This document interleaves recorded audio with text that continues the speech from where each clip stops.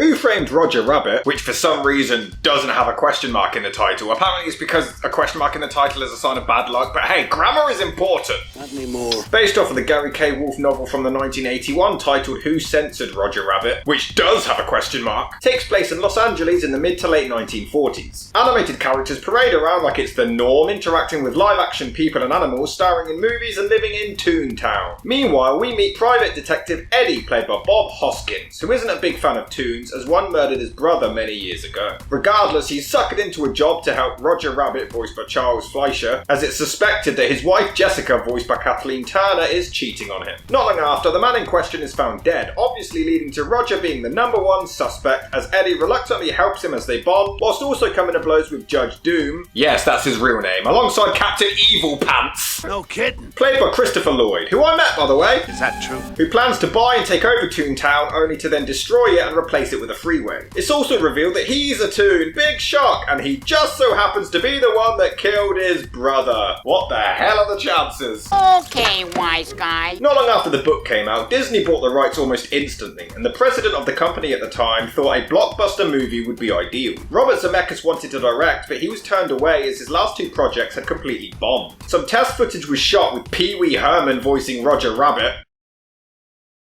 Peter Renaday as Eddie, and Russie Taylor as Jessica. But it all changed when Amblin Entertainment came along to produce the movie alongside Disney. They wanted $50 million to produce it, but Disney found that too steep a number, so it was greenlit on the condition that it was only $30 million, which was still the most expensive animated film ever made back then. Spielberg, who was involved, had to convince many studios to allow their characters to be used in the film, but there were some guidelines. See, this is the only time that Warner Brothers and Disney characters ever appeared on screen together, and Warner would only allow it if their biggest stars only appeared just as much as Disney's did. Bit childish. Yeah, they can appear, but more than yours. This is supposed to be a joke. Unfortunately, some characters weren't able to be purchased in time, like Popeye, Bluto, Olive Oyl, Superman, Little Lulu, Felix the Cat, Casper, Tom and Jerry, or the Terry Toons. Terry Gilliam was approached to direct, but turned it down, finding the idea far too intimidating and challenging, but he later admitted that it was pure laziness and that he deeply regretted it. Not long after, Robert Zemeckis was finally hired after Back to the Future was a bit of a hit. Bill Murray was actually the first choice to play Eddie, but nobody could get in touch with him, which is a big shame because years later, he publicly admitted that when he discovered this, he screamed out in frustration because he would have accepted the part instantly. Harrison Ford was then the next choice, but was too expensive. Eddie Murphy turned it down, but later regretted it, and others considered were Don Lane, Wallace Shawn, Robert Redford, Chevy Chase, Jack Nicholson, Sylvester Stallone, Ed Harris, Charles Grodin, and Robin Williams, who was also considered for Judge Doom. Speaking of which, Tim Curry auditioned for the part but was turned down because his performance was far too terrifying, which is weird because John Cleese really wanted to do it, but he was turned down because nobody would take a Monty Python star seriously as a psychotic villain. So do you want him mean or nice? Make up your mind. You keep talking like that and I'm gonna have to wash your mouth out. Legend Christopher Lee was offered the part but turned it down, and others considered were Sting, not that one, John Lithgow, Willem Dafoe, John Malkovich, Gabriel Byrne, Tim Robbins, Michael Keaton, Alec Baldwin, Richard Gere, Dustin Hoffman, Robert De Niro, Al Pacino, Ron Perlman, and Jeff Goldblum. When it came to writing, weirdly, this is very similar to a second sequel to Chinatown that never happened. It was going to be about corruption in Los Angeles when the streetcar system gets undermined and freeways are built to replace them. It's a very similar plot. So, Who Framed Roger Rabbit is almost a sequel to Chinatown. Who knew? What an unfortunate accident. And originally, as if Doom wasn't evil enough in the film already, the original idea was to actually have him be the one who murdered Bambi's mother. That would have been awesome! Why didn't they let him do it? But how do you know? Most of the props were held using robot arms or strings, and motion-controlled cameras were used when live action was going to merge with animation. Some mannequins were used during rehearsals to give the actors an idea of where to look, but the budget was going so high the film was almost cancelled mid-production. Shooting began on December 2nd, 1986 in Elstree Studios in England and lasted for 7 months. In order to be able to react to nothing for most of the film, Bob Hoskins studied his 3-year-old daughter as she was playing with her imaginary friends. But it wasn't all charm. Hoskins would act in front of a green screen for most of it, imagining these characters that would be added later, but it started to cause him psychological damage. I had to learn to hallucinate to do it. After doing that for 6 months, for 16 hours a day, I lost control of it, and sort of had weasels and rabbits popping out of the wall at me. Hoskins didn't end up taking on another acting job for an entire year, and it definitely affected his mental state. Well, at least you took it well. Back to Charming though. Once the movie came out, Hoskins' son wouldn't talk to him for 2 weeks because he was outraged that his father would work with such a big star like Bugs Bunny and never gave him the chance to meet him. Oh, little idiot. You don't understand. Due to the computer animation and digital editing, post-production lasted an insane 14 months, with animators carefully drawing the animation around the live-action actors, ensuring that they didn't slip all over the place. Originally, Disney felt the movie had too many sexual references, but Zemeckis disagreed wholeheartedly and refused to make any changes. So much so, at the first ever screening, most of the audiences were teenagers and they hated the film, most walking out. Zemeckis refused to change a goddamn thing about the movie. Good on him! But even people who worked on it were unhappy. Chuck Jones called it an obnoxious, witless misunderstanding of the old cartoons it set out to honour. Cartoon historian Michael Barrier claimed the animation direction was disastrous and the writing of the main character. John Kricfalusi said it had great animators but was misdirected, filled with fake and zany movements, but no character or weight. Regardless, Who Framed Roger Rabbit was released on June the 22nd, 1988, grossing a worldwide total of $329.8 million, making it at the time the 20th highest grossing film in history.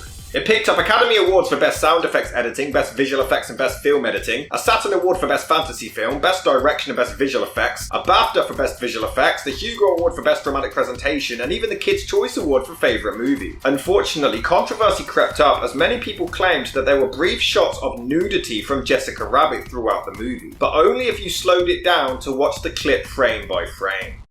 I mean, that means that you're specifically looking for nudity in an animated film. Maybe try having some real sex. There's also another scene where Baby Herman sticks up his middle finger, passes under a woman's dress and re-emerges with drool on his lip. And many even thought Donald Duck calls Daffy the N-word. But it only got worse in 2001 when original author Gary K. Wolfe actually sued Disney, claiming that he was owed royalties, but he lost as it was ruled that this was only referring to cash receipts that Disney had collected. Wolfe fought further, however, claiming that he was owed $7 million, but Disney fought back, saying that he actually owed them somewhere between $500,000 and $1 million due to an accounting error. Wolfe ended up somehow beating Disney and receiving an amount somewhere between $180,000 and $400K. Damn! Well done, dude. Good on ya. What a genius! The movie had a total of 326 animators working on it, and animation director Richard Williams claimed that he wanted to break 3 rules in animation. First, to move the camera as much as possible so the toons don't look pasted on flat backgrounds. Second, use lighting and shadows to an extreme that was never before attempted. And third, have the toons interact with real-world objects and people as much as possible. And I think this is where it shines the most. The animation on its own is gorgeously drawn, but interacting with live action is that much more impressive. The amount of rehearsals and special effects behind it is insane, and I'd be lying if I said it wasn't awesome to see all of these characters together on the big screen. But this must have been just so weird to shoot, all of these actors holding thin air and trying to imagine what the hell the animators were going to draw. But shots like this are so impressive to me, where Bob Hoskins basically has to act his arse off to make this look as genuine as possible with great imagination. And once again, the movie has no shits to give and goes all out with dark imagery. The first scene literally has a baby climbing a stove before shutting Roger inside on full temperature. And I'd hate to see what Tim Curry's audition looked like because Christopher Lloyd scared the hell out of me as a kid and he still kinda does. Look at this. He's dipping defenseless characters inside acid. A mum even tried stopping a baby from smoking. I mean, they still do the fake out movie studio cliche bullshit, but it wasn't too common back then, so I can let this slide. It's just Dumbo. Ignore him, his movie's not as good. The film is just so charming. Honestly, it captures the childlike innocence of a real cartoon, but also the murder mystery style of a drama.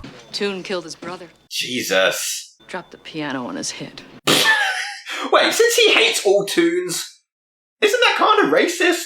He's blaming everyone for one person killing his brother. Yeah, he's enthralled by Jessica instantly. I'll never understand people being turned on by a damn cartoon. It's a drawing. It's ink on paper. And the comedy is great, even poking fun at the raw material. Does anybody understand what this duck is saying? Nope, never have, never will. Eddie even spends ages trying to break free of the handcuffs until Roger slips out with ease, before making it even funnier with... Do you mean to tell me that you could have taken your hand out of that cuff at any time? No, not at any time. Only when it was funny.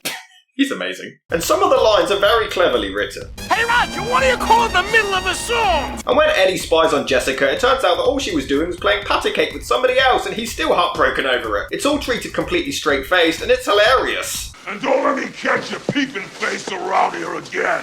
Got it? Ooga booga. You sure showed him. Jessica claims the patty cake shit was just to protect Eddie and then proceeds to try to seduce him. Why the hell is Roger with her? He can do so much better. And you wouldn't think a film like Who Framed Roger Rabbit would have such inspiring dialogue, but it does. Our left can be a very powerful thing. Why, sometimes in life, it's the only weapon we have. The suspense here is actually built incredibly well as Doom searches the place for Roger. It is so creepy. When he finally finds him and nearly dumps him in acid, Eddie suggests that he has one last request, and Doom agrees! He totally agrees! Why would he agree to this? And then what happens straight after Eddie gives us this heartfelt emotional speech about his brother's death?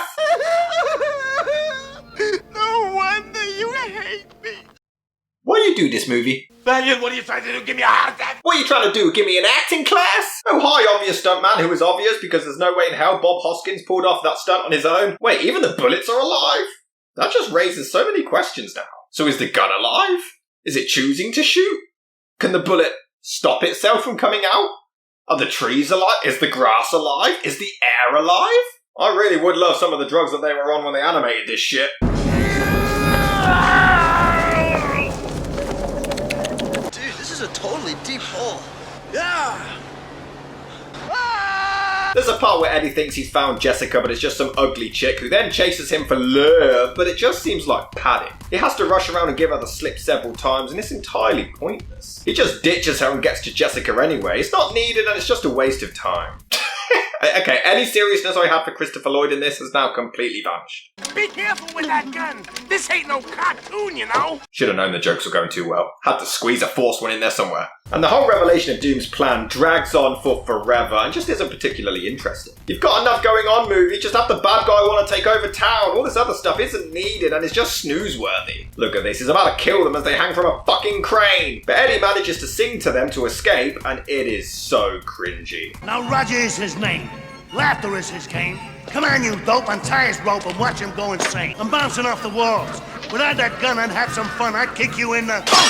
Disney! But why does Doom rig it so the acid moves this slowly to get to them? Why not just instantly pour it on them? They could get away. No. I'm going to leave them alone and not actually witness them dying. I'm just going to assume it all went to plan. What? I don't care. Christopher Lloyd on a zip wire is one of the funniest things I've ever seen. And I love the cartoony fight using any animated props they can find. It's really creative and reminds me a lot of the end of Sword in the Stone. It's really charming and beautifully put together. Don't move. Why would he tell him to not move? Sit still so I can kill ya! What? No.